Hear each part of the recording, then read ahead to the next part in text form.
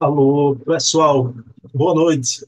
Estamos aqui em mais um domingo, como sempre acontece às 20 horas, no programa Bezerra de Menezes, o Kardec brasileiro, sempre na companhia do historiador Luciano Clay Filho, que é o biógrafo do Bezerra, é o autor da sua maior e melhor biografia, Bezerra de Menezes, O Homem, Seu Tempo, Sua Missão, né? E esta obra grande no tamanho, né? E maravilhosa no conteúdo. Né? Pessoal, mas não é apenas esse programa, né? Com o Luciano. Temos aqui programas a semana toda, na terça, na quarta, na quinta, com domingo, são os programas semanais. Né? Tem um de Bezerra, tem um de Hermínio, com a filha do Hermínio na terça, a quarta, uma resenha literária, a quinta, o programa de Herculano, com a filha de Herculano. Mas temos também os programas mensais, que acontecem só aos sábados. Já temos no primeiro sábado um programa com Charles Kemp sobre Leon Denis, no segundo sábado um programa de memórias com César Pérez de Carvalho, no terceiro sábado um programa sobre documentos, fontes primárias, que era com Adair Ribeiro, não vai mais ser, vai haver uma troca de posição, agora o nível lá em cima, o sarrafo continua lá em cima, não é? Então vocês vão saber em breve. E no quarto sábado, com Leonardo Marmo Moreira, um programa sobre imprensa espírita, né? Então, 8 programas, 4 mensais e 4 semanais, né? À disposição de vocês.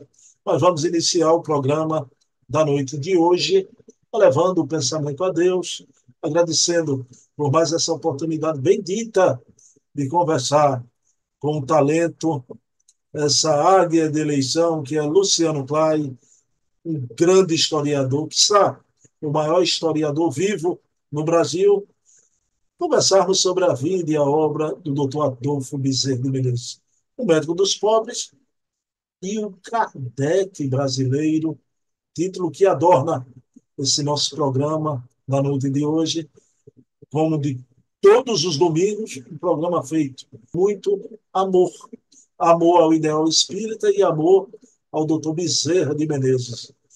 Pessoal, então vamos lá. Vou colocar aqui Luciano Clay para conversar conosco. Bem, meus queridos amigos e irmãos, muito boa noite. Estamos aqui, como eu falei, com Luciano Clay, historiador, é o diretor, presidente do Centro de Memória Viana de Carvalho, e mais uma noite aqui trazendo Bezerra de Menezes, né, para o nosso conhecimento, a vida, a obra do Kardec brasileiro, o médico dos pobres. Luciano Clay Filho, boa noite. Como é que você vai? Boa noite, meu querido irmão. Saudoso, né? Passa um tempinho sem estar com você, mesmo que seja uma semana, você me acostumou mal, né? Com esses programas semanais, não pudemos estar juntos na semana passada, mas, apesar do aperto do coração, prosseguimos aí na nossa jornada de resgate de aspectos da vida do nosso doutor Bezerra. Em paz, querido, graças a Deus. Luciano Clay, uma coisa que eu fiquei pasmo com a coincidência, né? Que eu e minha senhora, Dona Ceiça, eu e Ceiça, a gente tira o domingo para ver série, né? Essas coisas. Mas abrimos uma exceção. Tarde da noite, fomos ver uma palestra de um amigo, né? Lá em Salvador, Bahia, né? Então, Luciano, minha televisão é bem grandona, 4K, né? Então, a gente vendo ali, e aquele orador falando, né? Ele já tem um rosto pronunciado, mas a tela grande. E a voz dele eu gosto de ouvir também alto. Eu não sei se eu estou ficando moco, viu, Luciano? Mas eu gosto de ouvir TV bem alta. Aí alguém me liga, né? Luciano Clay, você não acredita, Luciano. Era o orador que estava na televisão que ligou na hora, né? Aí eu disse para o orador, você está me atrapalhando. Aí botei ele para escutar ele mesmo, né? Então, vou revelar aqui, o orador era Luciano Clay Filho, aí de Ceará, não é?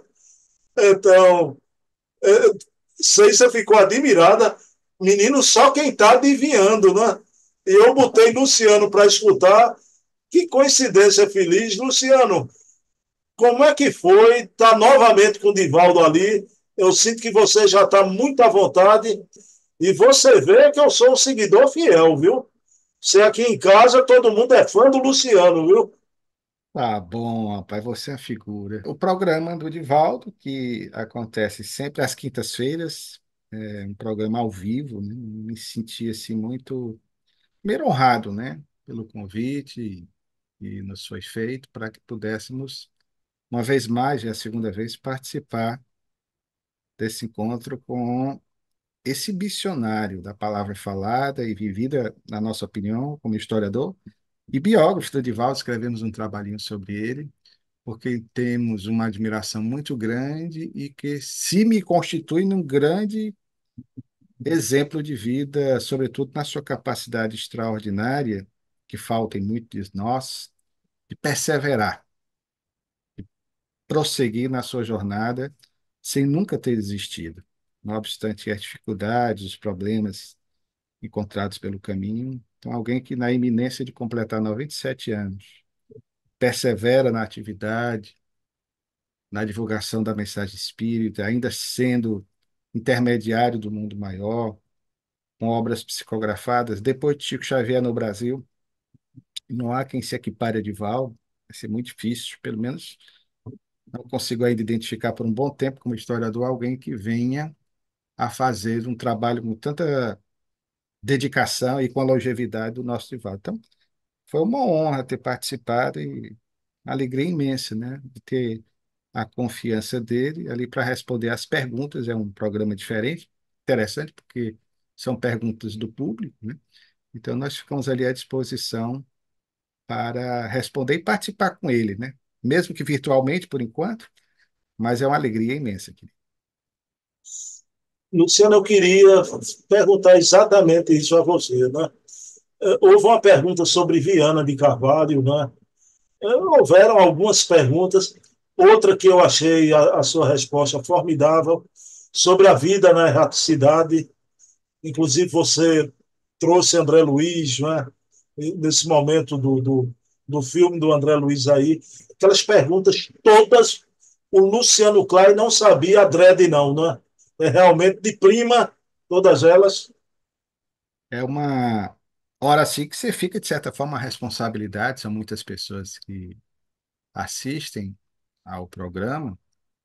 E, obviamente, está do lado do Divaldo, para quem usa da palavra na tribuna, sempre há uma preocupação. Mas, como já conhecemos o Divaldo há bastante tempo, já participamos de alguns eventos, inclusive com presença física dele, já temos uma certa tranquilidade em relação a isso. Mas as perguntas todas, queridas, elas são ali feitas pelo público na hora. Então, de certa forma, também é uma responsabilidade do expositor, do respondedor, convidado, porque Edivaldo responde qualquer questão.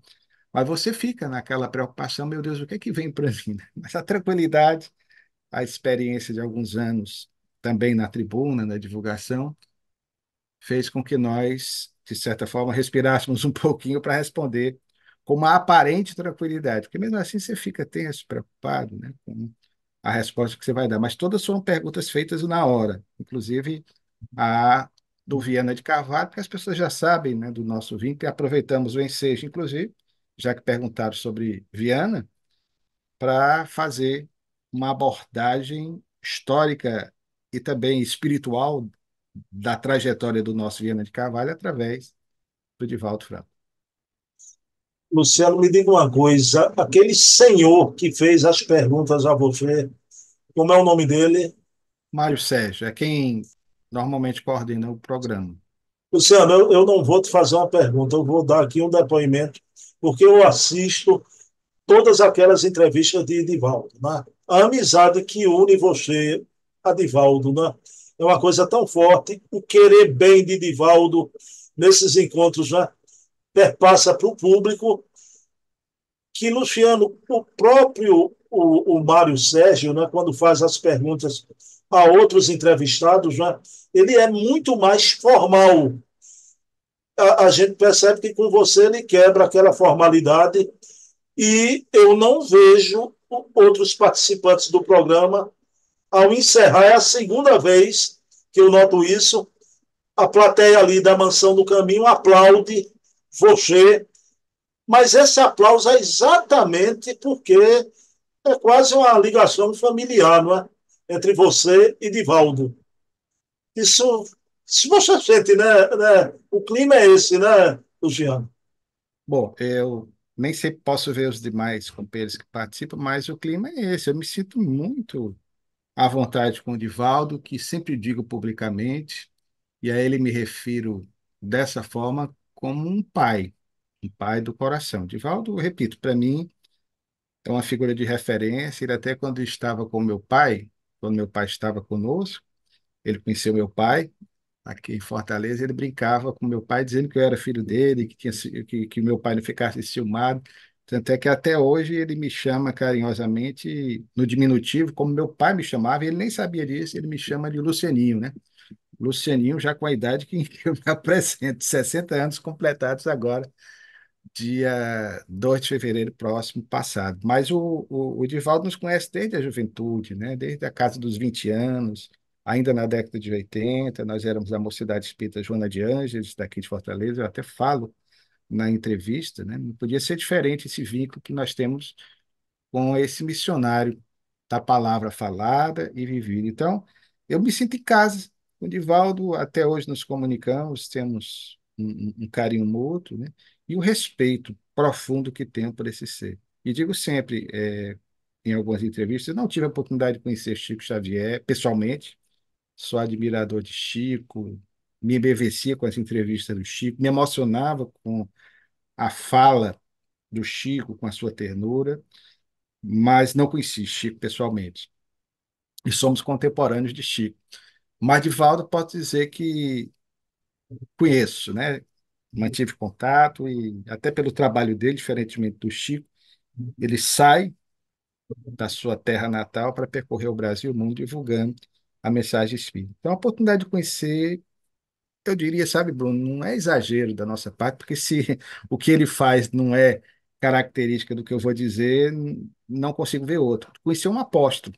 Até que o livro que nós publicamos em 2011, a biografia sobre Divaldo, nós intitulamos Recordações de um Apóstolo, porque Divaldo é um apóstolo, né? Tem um comportamento, uma atitude, um trabalho missionário como poucos, né? Fazer o que ele fez. O espiritismo na Europa hoje, as pessoas se esquecem que o Brasil, de certa forma, devolveu, mas, sobretudo, depois da Segunda Guerra Mundial, que esfacelou muita coisa, as pessoas se esquecem que o grande responsável foi Edivaldo Franco.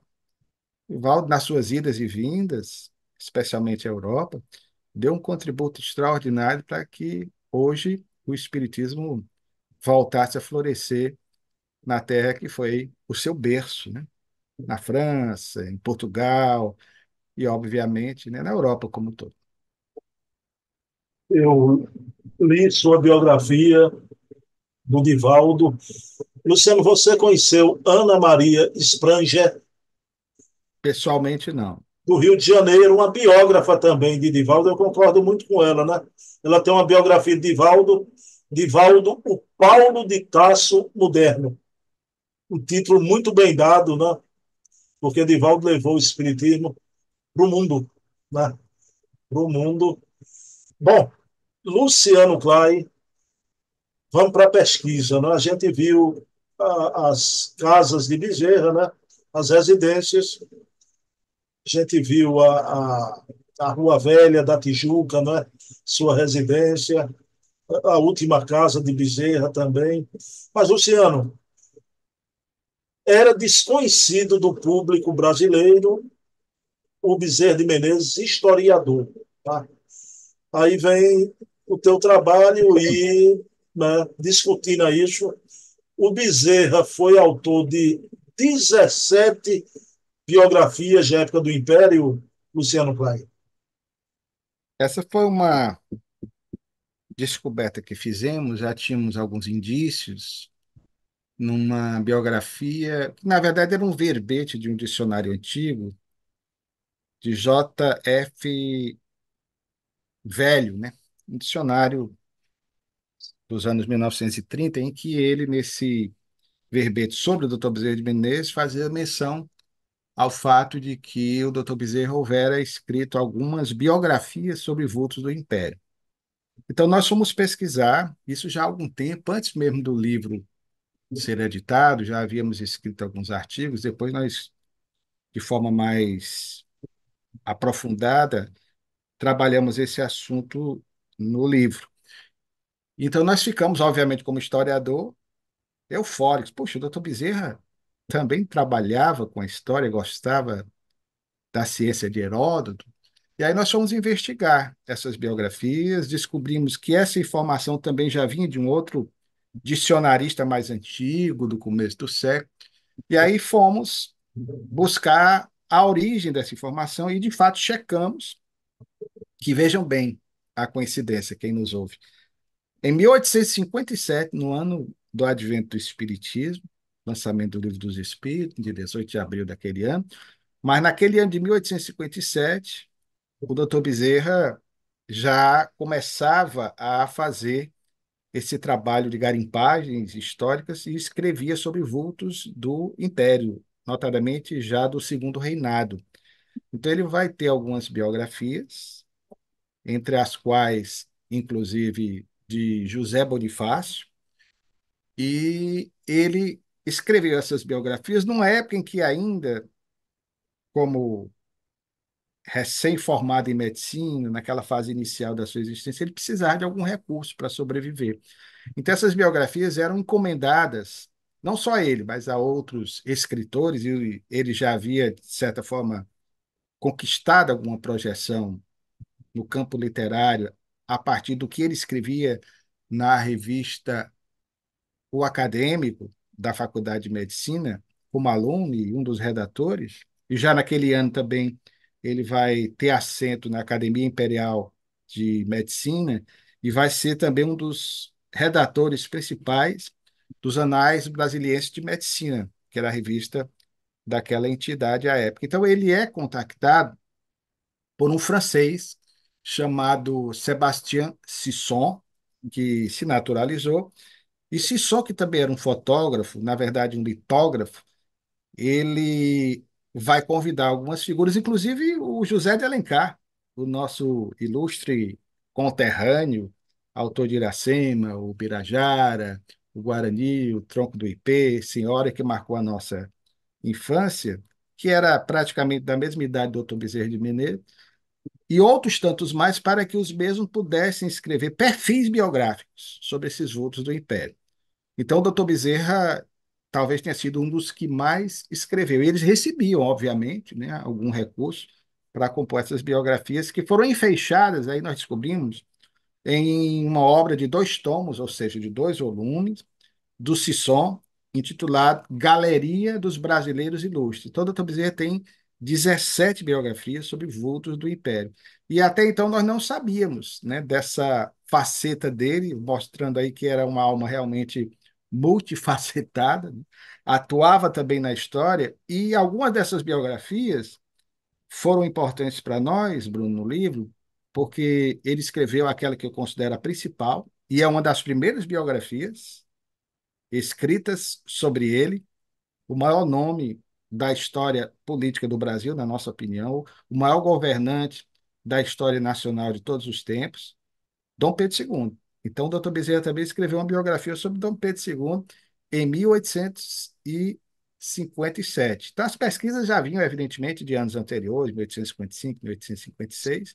Ele vinha garipando e ele fala do imperador. Nós aproveitamos algumas dessas narrativas dele próprio para fazer o recorte e a guisa de introdução de alguns tópicos que nós trabalhamos no livro, nos capítulos que vão na sequência, especialmente o capítulo político, para que o leitor pudesse se ambientar com o contexto sociocultural, econômico, político da época, com a própria narrativa do historiador Bezerra de Menezes. Então, foi algo realmente fascinante saber desse amor de Bezerra pela ciência, que também, por opção, optamos por seguir quando decidimos cursar fazer a faculdade de História. Luciano, antes mesmo da tua pesquisa, escutando as entrevistas do Carlos Bereza, quando ele interpretou na tela o papel do Dr. Bezerra, o Vereza faz menção, não é, ao Bezerra de Menezes ecológico, naquela época preocupado com reflorestamento da cidade do Rio de Janeiro, né? Eu acho que a gente podia usar hoje uma expressão que não é da época do Bezerra, Clay, é o Bezerra holístico, não é? Um espírito holístico, as diversas áreas, atividades, né? Os diversos conhecimentos. Mas a tua pesquisa, quando eu fui estudar, com muito mais detalhe até do que a menção do Vereza, Luciano, o Bezerra de Menezes realmente ele trouxe o seu pioneirismo ecológico, foi realmente um pioneiro da ecologia. Foi um dos, poderíamos colocar, que atuaram nessa fase importante da história nacional. Em relação ao filme Bezerra de Menezes, Diário de um Espírito, Bruno, nós tivemos a alegria de podermos participar como consultor, colocar o nosso nome lá no filme como roteirista. Nós não fomos bem roteiristas, né? Nós ajudamos a compor algumas partes do filme. Na época, nós já havíamos publicado, no ano 2000, por ocasião do primeiro centenário de desencarnação do Dr. Bezerra, 1900, 2000, um livro pela La Chatre, que na primeira edição, hoje o livro está na terceira edição, foi lançado numa parceria da La Chatre com a CAPEM, Bezerra de Menezes, Fatos e Documentos. E ali nós já sinalizávamos para esse aspecto, e por isso foi incluído no filme também, porque é um tema recorrente, atualíssimo. Então, o doutor Bezerra de Menezes, já em meados do século retrasado, sobretudo quando ele residia ainda na freguesia de São Cristóvão, hoje bairro do Rio de Janeiro, de mesmo nome, ele teve essa preocupação precípua com essa questão. Dissemos que ele não foi propriamente o pioneiro, porque historicamente, se você tiver a oportunidade de ler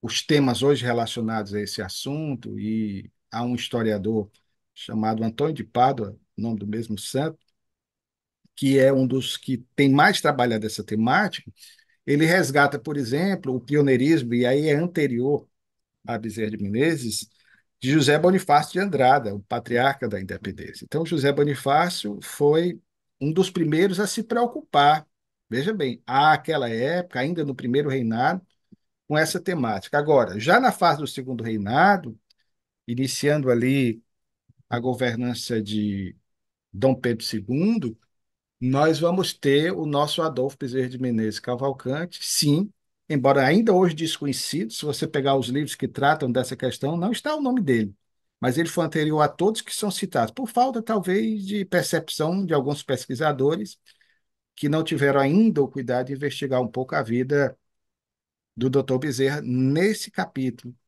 nesse mistério. Então, ele vai, sim, em São Cristóvão, quando ali já residia, nos anos 1860, ter uma preocupação, por exemplo, em relação à fuligem, à poluição de uma fábrica local, uma fábrica, inclusive, de fumos, né? Que, e ele, como médico, e aí a sua preocupação principal, ele atua, inclusive, como médico sanitarista, como médico higienista, nós poderíamos colocar, embora não houvesse essa especialidade médica à época, mas ele tinha já, como vereador, uma preocupação com os miasmas de alguns locais que ele sugeria fossem drenados, né? Então ele vai ter uma preocupação em relação a essa fumaça e mais tarde, querido, o que é mais interessante, quando passou a residir também na Tijuca, com o desmatamento da Mata da Tijuca, que ainda hoje é um problema grave na região. Então, o doutor Bezerra vai sim ter uma ação vanguardista como pioneiro nessa área. Por isso que realmente cabe, né, Luciano, o Bezerra holístico, né? Uma alma realmente, um ser integral, né? Luciano, brevemente a gente vai ver nos programas que sucederão a esse o Bezerra Educador. Mas hoje você já trouxe a faceta historiador, não é? Uma coisa que eu fiquei muito emocionado, você é historiador, eu me formei em geografia, não é? Então eu fiquei muito emocionado de saber também do amor de Bezerra pela geografia, não é? Aí, Luciano, a tua pesquisa, né? Ele foi membro da Sociedade Geográfica de Lisboa também, não é? Então, para a época em que ele viveu, os tentáculos de Bezerra tá em todo o conhecimento universal, quase, né, Luciano?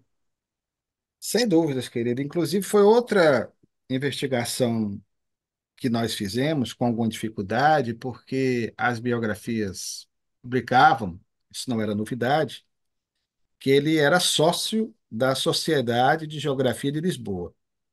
Então, o homem já transitava na história, além da medicina, na área da farmácia. Depois vamos descobrir outras informações de atuação dele na área da química, da física, da matemática. Então, pertenceu a várias academias. Inclusive, também uma sociedade que ele ajudou a fundar, seu nome está lá, a Sociedade Hahnemanniana, aí que encaixa nesse seu perfil aí colocado muito apropriadamente, destacando como um homem, usando a expressão de hoje, que tinha uma visão holística do mundo. Então, ele contemplava as várias áreas do conhecimento e dos saberes humanos.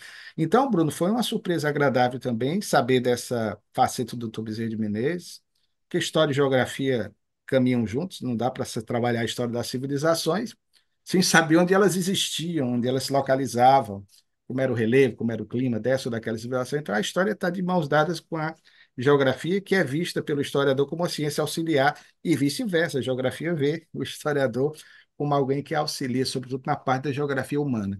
Então, nós fomos pesquisar, com a ajuda até de amigos portugueses, como é o caso do pesquisador e amigo Paulo Morinha, que reside em Lisboa, sempre assiste também as suas lives, e o Paulo fez uma pesquisa na sociedade, porque nós queríamos saber como era a participação do Dr. Bezerra, a sua função de sócio. Então, ele, na verdade, foi um sócio correspondente, até pela distância, compreensível, e havia uma admiração muito grande pelo Dr. Bezerra, principalmente porque, em 1877, ele publicou um livro em que você percebe claramente os seus conhecimentos geográficos, que foi um livro em que ele dava soluções plausíveis para a resolução dessa problemática que ainda hoje nos aflige, nós nordestinos, que é a questão das secas. Então, ele escreveu um livro sobre as secas. E ali você lendo esse opúsculo, você percebe o quanto ele entendia também de geografia. Ademais, Bruno, é interessante, nos próprios romances do Dr. Bezerra de Menezes, inclusive naquele romance pioneiro, sobre o qual nós falamos, e que você nos instigou a fazer um trabalho futuro a respeito, A Viagem através dos Séculos, ou A Fase da Vida Humana, que é o primeiro romance dele, ainda hoje inédito, mas também nos outros, você vai encontrar no Evangelho do Futuro, o doutor Bezerra descrevendo com uma riqueza impressionante a geografia e a geologia das regiões onde ele viveu. Por exemplo, na Serra do Martins, falando das grutas, das estalactites, das estalagmites. Então, somente quem tem noção de geografia, de geologia, que tem esses conhecimentos, é capaz de descrever com tamanha minudência o que ele narra para nós nesses seus romances. Então, todos os romances ele faz uma abordagem do clima, da região, do aspecto socioeconômico, cultural, histórico, geográfico. Então, é uma figura realmente, volto ao seu bem colocado termo, holística, né? Então, eu fiquei deveras impressionado e feliz em saber também dessa faceta do nosso biografado. Bom, Luciano, por hoje é só, né?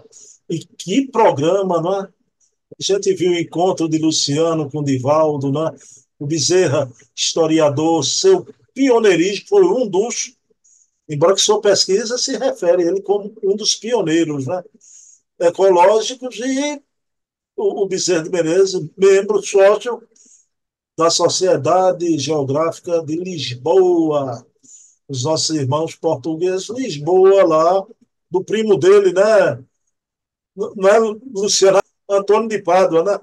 Luciano, tu faz a prece? Com alegria, aqui. Senhor da vida, nós queremos agradecer sempre, Senhor, pelas oportunidades que nos concedes de podermos estar momentaneamente na dimensão física. Ampara-nos, Senhor, sempre em nossos propósitos de melhoria íntima, à disposição de mais e melhor servirmos a causa do bem. Que possamos, mercê de sua misericórdia infinita, contarmos com a ternura de teu Filho, nosso Senhor Jesus, para que possamos, sob sua tutela, prosseguirmos de forma mais determinada na nossa caminhada de ascensão espiritual. E que todos quantos conosco estão sintonizados neste programa, cujo fito é também tributar à memória de Bezerra de Menezes, possam receber, na intimidade de seus lares, as energias benéficas e salutares, que refazem um pouco as angústias, as dificuldades que intimamente carregamos, trazendo-nos mais energias ao enfrentamento das mesmas, para que assim possamos continuarmos essa nossa marcha ascensional. Envolve-nos o teu amor, mantém-nos permanentemente sob tua amorável vigilância paternal para com a caminhada de teus filhos, ainda pródigos. Sê conosco, Senhor, agora, hoje e sempre. Bem, meus queridos amigos e irmãos, próximo domingo, às 20 horas, eu e Luciano Clay aqui com vocês. Quero dedicar esse programa a você, minha mãe Eva, na vida espiritual. Mamãe, te amo. Cuida do teu filho como sempre fizeste. Sinto tua presença permanentemente. Luciano, uma última pergunta, porque eu queria fazer uma saudação final. Luciano, você é descendente de judeu? Sim, meu filho, sou descendente. Meu avô era judeu, né? Veio, daí o nome, né? Klein, que é pequeno em alemão. Meu avô era de Estrasburgo, nasceu alemão, depois essa região passou para a França e ele teve, portanto, dupla nacionalidade, né? Tripla, né? Porque depois naturalizou-se brasileiro. Foi alemão, depois se tornou judeu francês e, por fim, veio ao Brasil e permaneceu judeu até o final da jornada, aí como brasileiro. Bom, então queria encerrar o programa nessa semana tão complicada, né? Deixando aqui nossa solidariedade ao povo judeu que viveu o Holocausto, povo judeu no qual Jesus veio à Terra, né? Jesus, a luz do mundo. Boa noite e muita paz a todos.